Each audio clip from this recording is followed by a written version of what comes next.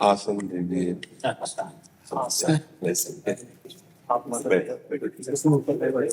वस्त्र सेवा कर सकते हैं, सफेद वस्त्र है आपको चढ़ा दे अगर आ गया।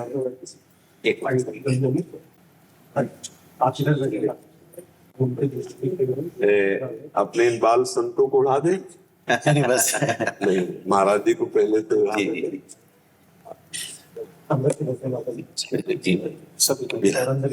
लाओ हमारे बाल संतों को उड़ा दे। इसके विषय महाराज जी हम ये साजिद किया हुआ शिवलिंग, ये जैन धर्म का वाफक शक्ति को चलता है। ये हमारे लिए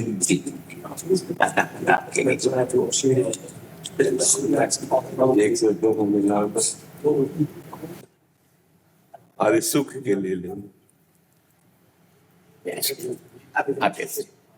वैसे हम आपके चरणों में बैठते पर शरीर अस्वस्थ होने के कारण गुरुजनों के चरणों में बैठने में जो सुख है वो आसन में बैठने में नहीं है, पर दोनों की दिख खराब है इसलिए इसको आसन की जरूरत होती है। ऐसी विपरीत परिस्थिति में भी ईश्वर ने जो आपको अतुलनीय शक्तियां प्रदान की है और जिन शक्तियों के माध्यम से अनंत संसार जो आपकी वाणी का लाभ उठा रहा है, ये देख करके हमारे मन में अत्यंत प्रसन्नता हो रही है। इसमें केवल आप संतों का कृपा बल काम करता है। जो संतों का एक करुणा में स्वभाव होता है, उसी करुणा में स्वभाव से पोषित होकर अगर देह भाव से युक्त हो जाएं अभी, तो अभी कोई सामर्थ्य नहीं है, लेकिन इस देह को यंत्रवत केवल चलाया जा रहा है और हम उसे देख रहे हैं, केवल बस इस भाव से चल रहा है जी। मैं जैन धर्म के श्वेतांबर आमनाय से जैन संत हूँ। अच्छा, उसमें एक है दिगंबर, दो परंपरा है जी। भगवान महावीर की जो परंपरा है वो दो परंपरा है जी। श्वेतांबर परंपरा जिस हम बिलोंग करते हैं जी। एक दिगंबर परंपरा जो वस्त्र रहित जी जो परंपरा होती है जी। तो हम भ्रमण करते हैं और भ्रमण करते करते पैदल भ्रमण करते करते अयोध्या नेपाल आदि भ्रमण करते करते इधर आना हुआ। जैन परंपरा में जैन शास्त्रों में वैकुंठ ब्रज आदि का अनेक स्थानों पर वर्णन। मन में एक बड़ी तमन्ना थी, कृष्ण जी की जो पवित्र भूमि है, तो उस भूमि के निहारने के लिए, दर्शन करने के लिए आने का भाव था। हमारा मथुरा में एक बहुत प्राचीनतम जैन मंदिर है कल्पद्रुम पार्श्वनाथ मंदिर। तो वहां के लोगों ने मुझे स्पेशल आग्रह किया कि गुरु जी आप यहाँ तक पधारे हैं तो एक बहुत अच्छे सुलझे हुए उच्च संत है, अगर उनसे आपकी मुलाकात होगी। ये तो आपको दर्शन देना था महाराज जी, इसलिए। और सनातन धर्मों जी, इन दोनों धर्मों की जो एक वाक्यता है वो बहुत आपके विचारों में बहुत अच्छा होगा। महाराज जी, मुझे आज तक कभी ये अनुभव ही नहीं हुआ कि कोई और धर्म है जी। हमें ये लगता है जितने भी धर्म हैं सब आत्म स्वरूप के हैं, इसलिए मुझे और कोई धर्म नहीं है। सब हमारे गुरु भाई लगते हैं, सब हमारे घर के लगते हैं, हमें आज तक कोई पर लगा नहीं। बराबर, बिल्कुल। हमें सब अपने लगते हैं। जैसे आप आए ना, हमें लगता है मेरी आत्मा आए, मेरे प्राण आए, मेरे जीवन आए मुझे कृतार्थ करने के लिए। मुझे कभी ऐसा नहीं लगा। और पूज्य श्री महामहिम महावीर स्वामी जी की वाणी पढ़ी है जी, तो हमें कहीं किंचन मात्र भी अलगाव नहीं लगा महाराज। मूल जो सिद्धांत है जी, मूल जो बातें हैं, बस महाराज जी हमें मूल पकड़ना है। ऊपर की डालों के विभाग में अगर हम जाएंगे तो परेशानियां आ जाएंगी, और जब मूल में आते हैं तो हमें एक ही कृपा नजर आती है। एक भी शब्द का कोई अंतराय ना हमें गुरुवाणी में मिला है और ना हमें पूज्य श्री महावीर स्वामी जी की वाणी में मिला है और ना किसी महापुरुष की मिला है। बीच में जो उस ऊंचाई पर नहीं पहुंचे वहां खंडन मंडन की बातें आती हैं, लेकिन ये तो उन लोगों की प्रवृत्ति है जी जो बाह्य प्रवृत्तियों में ही मतलब हाँ भाई जी जी जी जिन लोगों जी। को आत्मचिंतनता की बात है जी वे खंडन मंडन हाँ ये जी। क्या है? मेरे गुरुवर आचार्य श्री नवरत्न सागर सिलसर जी महाराज हैं, जिनके पास मैं 5.5 वर्ष की उम्र में गया था। 6 वर्ष की उम्र में जैन परंपरा में श्रमण बना था। उन्होंने मुझे एक ही बात कही थी कि जहां सद्गुण है वह नमन है, जहां सद्गुण है वहां नमन है। बहुत अच्छा आपके बारे में सुना था। आपकी जो विचारधारा है वो भगवान महावीर के बहुत नजदीक प्रतीत होती है। बहुत ऐसा लगता है कि एकदम प्रेम करुणा वात्सल्य कृष्ण का जो दीर्घदृष्टिता तो मन में भाव थे। हम अर्ली मॉर्निंग सुबह विहार किया, पैदल चलते हैं जैन संत है। और हमारे विनीत जी ने बताया था कि आपको ये इतने बजे का समय है। हम सब साधु एकदम अर्ली मॉर्निंग सुबह आए। आज मुलाकात हुई। सबसे अच्छी बात जो है संत से जब मिलते हैं सौहार्द खिलता है, आनंद की अनुभूति होती है। और कुछ आनंद शब्दों में व्यक्त किया जा सकता है, कुछ आनंद नहीं किया अनिर्वचनीय हाँ अनिर्वचनीयम प्रेम स्वरूप शब्दों में जो व्यक्त किया जा सकता है उसकी सीमा है। सीमा है, बिल्कुल बिल्कुल महाराज। जो शब्दों में व्यक्त नहीं कर सकते हैं वो असीमा है, अनंत है, असीम है। काफी हमारे जैन अनुयायी जैन परंपरा के अनुयायी वो आपको बराबर सुनते हैं और आपसे हमारे बीच में वो एक सेतु बने हुए हैं। जैन मुनियों को एक मर्यादा होती है तो वो कुछ आधुनिक उपकरणों का उपयोग नहीं कर पाते। तो हमें कैसे मालूम पड़ेगा, हमें कैसे पता चलेगा कि भाई आपकी भावनाएं हम तक कैसे पहुंचेगी। लेकिन हमारे बीच में जो सेतु बने हुए लोग हैं वो लोग हमारे बीच में आपका और हमारे बीच में सेतु बने हुए हैं। अभी मैं गोरखपुर में था तो अच्छे संतों की चर्चा हुई कि भाई एक ऐसे संत होने चाहिए सनातन परंपरा में, हिंदू परंपरा में भिन्न भिन्न उंगलियां हैं, भिन्न भिन्न लोग हैं, जहां ऐसे संत मिलना चाहिए कि जिनको देख करके संपूर्ण समर्पण हो जाए। तो उसकी कुछ 2-5 मिनट चर्चा हुई थी। 2-5 जो संतों की चर्चा हुई थी उसमें एक आपका भी जिक्र हुआ था। तो तभी से मेरे माइंड में था कि अपन जाएंगे मिलेंगे। एक विडंबना है हमारी जो सनातन परंपरा है इसमें एक विडंबना है। एक वाक्य था, एक था, उसमें कहीं कहीं प्रॉब्लम है। आज आपके जैसे जो विरले संत हैं जो विचारधाराओं के अंदर सभी को समाहित करने की कोशिश करते हैं, जो महावीर को भी जोड़ लेते हैं, जो कृष्ण को भी जोड़ लेते हैं, जो राम जी को भी जोड़ लेते हैं, जो सिख संगत को भी जोड़ लेते हैं, ऐसे संगत के साथ में अगर हम आगे बढ़ते हैं तो जो विभाजनकारी जो तत्व हैं, जो विपरीत परिस्थितियों में जो भी समाज चल रहा है, इतनी विषम परिस्थिति है महाराज। मैं तो पैदल हाँ आप भ्रमण करते आप देखते हैं बिल्कुल। मैं गांव के उस अंतिम छोर तक जाता हूँ, पैदल चलना रहता है, जंगलों में जाते हैं, गांव में भ्रमण करते हैं। परिस्थितियां वैसी अनुकूल नहीं, बिल्कुल नहीं महाराज जी, बिल्कुल नहीं है। विशेष करके जो हमारी युवा पीढ़ी है, मैं क्या बताऊं, धर्म के संस्कारों के प्रति बहुत भटकन पैदा हो रही है। और अगर कोई धर्म में कुछ विपरीतता उनको नजर आती है, किसी भी धर्म में कोई विपरीतता नजर आती है तो वो हंसी की पात्रता उन लोगों के दिमाग में आती है। हाँ साधु के प्रति तो उपहास की भावना है, उपहास की भावना आती है। लेकिन जब आपके जैसे संत होते हैं तब उनका माइंड डाइवर्ट हो जाता है। संत जी मैं एक आपको निवेदन कर रहा हूं, सबसे बड़ा जो आचरण होता है जी, संसार का सबसे बड़ा उपदेश होता है। आप सबसे बड़ा जो उपदेश आचरण, हम जैसे पैदल चलते हैं, कोई भी हम तो समझ लोग हमको नहीं जानते कि हम जैन संत हैं। जैन संत है ये लिमिटेड लोग जानते हैं। हमारी वेशभूषा, हमारा ये तो लिमिटेड लोग जानते हैं। पूछते हैं कि क्यों पैदल क्यों चलते हो, क्या काम है? तो जब हम कहते हैं उनको कि ईश्वर की प्राकृतिक व्यवस्थाओं का हम हिस्सा बन रहे हैं, ईश्वर ने जो नेचुरली प्रकृति बनाई, गाड़ी क्यों बढ़ी नहीं, नेचुरल वास्तविकता जो जिस प्रकार से नेचुरल है उसको हम जीते हैं। ये छोटे छोटे संत भी उसी प्रकार से जीते हैं, हम क्या है इसी प्रकार से जीते हैं। तब उनमें जो परिवर्तन आता है, उनमें जो भाव आता है, खूब खूब आनंद मिलता है, खूब प्रसन्नता।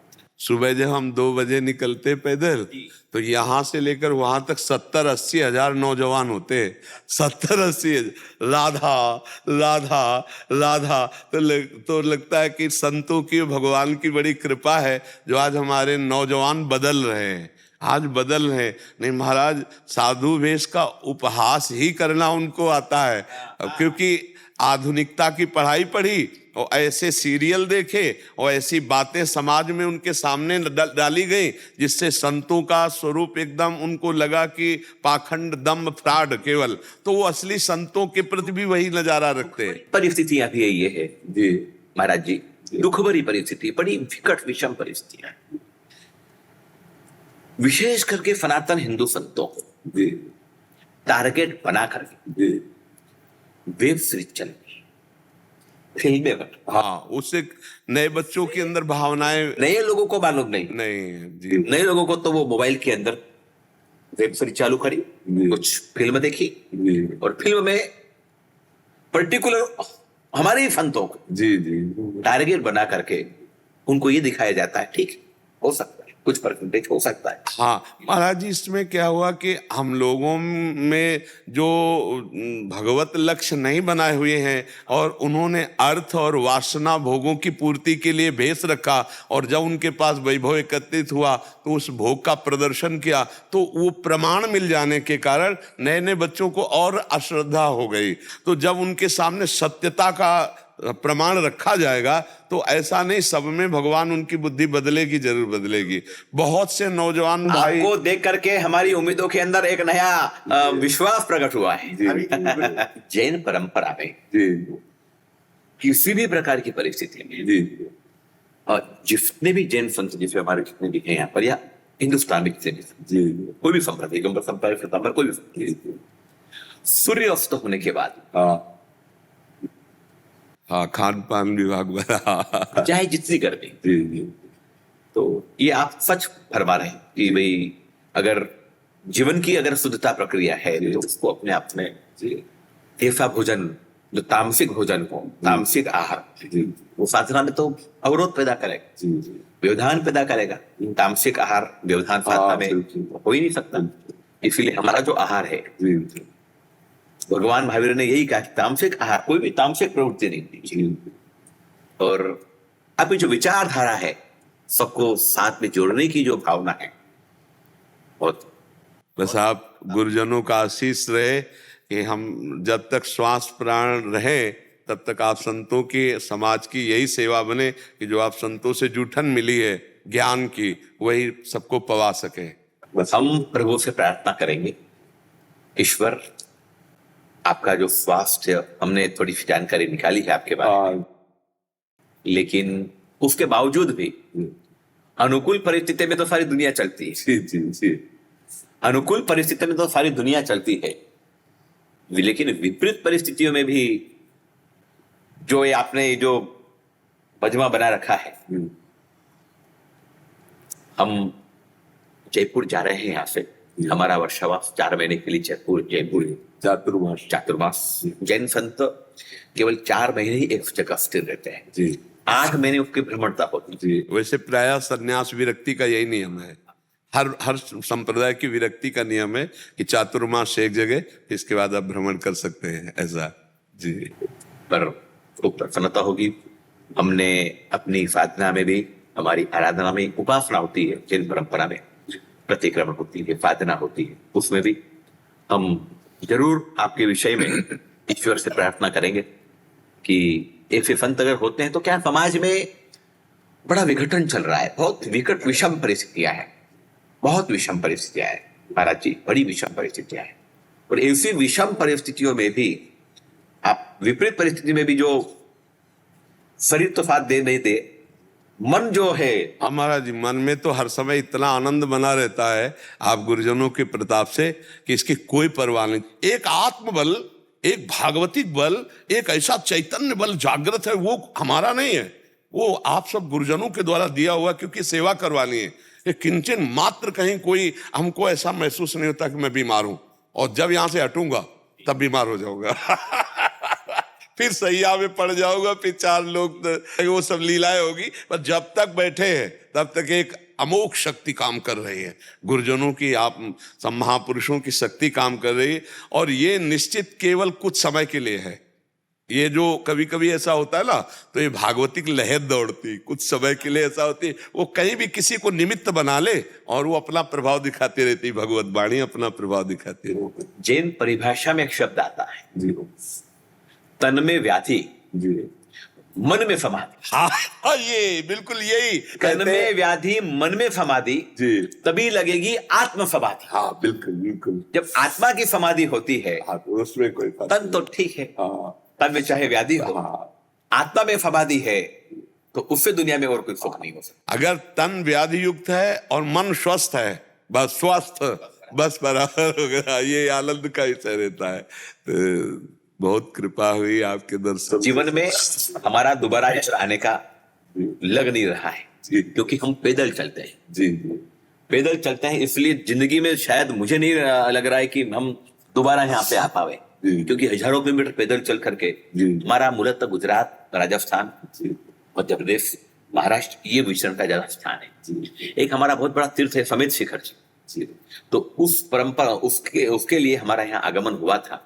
और फिर ये सब इच्छा हुई कि चलो यहाँ पर सब, ये वृंदावन की भूमि है, ब्रज की भूमि है, मथुरा की भूमि है, तो और हमारे जैन तीर्थंकरों की भी भूमि है, ये जैन कल्याणक भूमि है।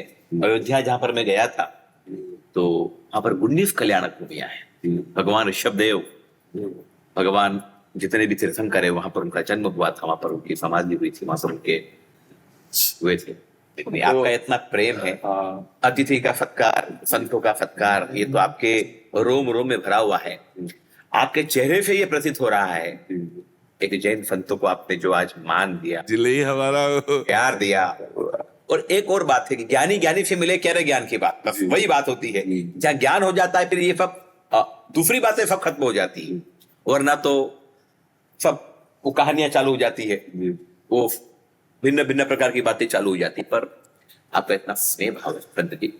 छोटी सी बात करके मैं मेरी बात पूरी करूंगा। जब बात आहार की निकली तो बता रहा हूं, जैन संतों की सबसे महत्वपूर्ण अगर कोई धर्म को प्रचारित करने की प्रक्रिया है, तो वो आहार प्रक्रिया है।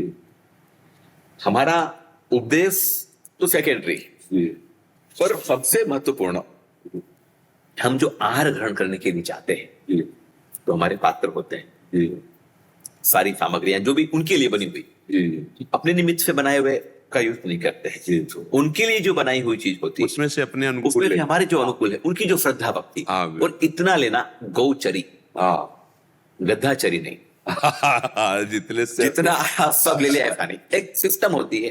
तो उससे, उस प्रक्रिया से समाज के अंदर नास्तिक से नास्तिक व्यक्ति को भी एक बार तो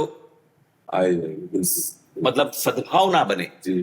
आपने हमें जो समय प्रदान किया है, ये मुझे समय प्रदान नहीं हुआ, ये समस्त जैन परंपरा को आपने समय प्रदान नहीं, हम सबके चरणों में। आज हमारे लाखों लोगों को जब ये पता चलेगा, लाखों समाजजनों को जब पता चलेगा कि संत श्री प्रेमानंद जी महाराज ने, आचार्य विश्वरत्न सागर जी और इनकी जो भेंट वार्ता हुई है, जो प्रेम वार्ता हुई है, प्रेम वार्ता हुई है, प्रेम वार्ता जो हुई, तो इससे समाज में एक बहुत अच्छा समझ, बहुत अच्छा समझ, जैन कम्युनिटी एक माइंडेड, रिचेस्ट, ब्रिलियंट और राष्ट्र के लिए, देश के लिए निर्माण करने वाली परम और कम्युनिटी है। तो उसके जो संत है, उसके जो मार्गदर्शक, उसके ऊपर जो संत रहते हैं, वो इनको मार्गदर्शित करते हैं। जब उन सबको पता चलेगा, तो ये आज हमें आशीष मिलेगा, ये पक्का है। प्रभु की कृपा होगी संत जी की। इतने व्यस्तम समय में भी आपने हमारे सब संतों को समय दिया, आपने जो प्यार दिया, स्नेह दिया, पूरा हमारा जैन परंपरा जो है, हमारे हजारों साधु भगवंतों को जब ये पता चलेगा तो खूब प्रसन्न होंगे, खूब प्रसन्न। थोड़ा रास्ता बना दीजिए। एक अरे अरे अरे बस बस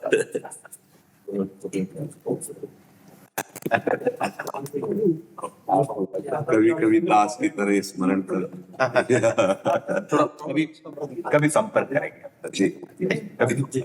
जी जी थोड़ा रास्ता बना दीजिए। गुरु की आज्ञा में सदैव रहना, जी, जी। गुरु के लिए जीवन समर्पित कर देना। जी जी सुनो क्या बोल रहे हैं, ए बेटा सबसे क्या बोल रहे हैं जरा जो संत की जीवन शिक्षा का है। प्रकाश कहीं भी किसी के जीवन में प्रकाश हुआ है तो अपने गुरु को समर्पण, जो तन मन प्राण से, तन वांग मनोभिरमले सोहम तविवास्थिता, शरीर मन और वाणी से अपने को गुरु का जो गुलाम समझता है, सेवक समझता है, वही जगत में सबसे बड़ा महान बनता है। जो अपने गुरु के अधीन रहता है वही सबसे महान बनता है। अपने गुरु की आज्ञा पे रहो, कभी मन को चंचल मत होने देना, तो फिर देख लेना गुरु कृपा क्या बना देती है। नहीं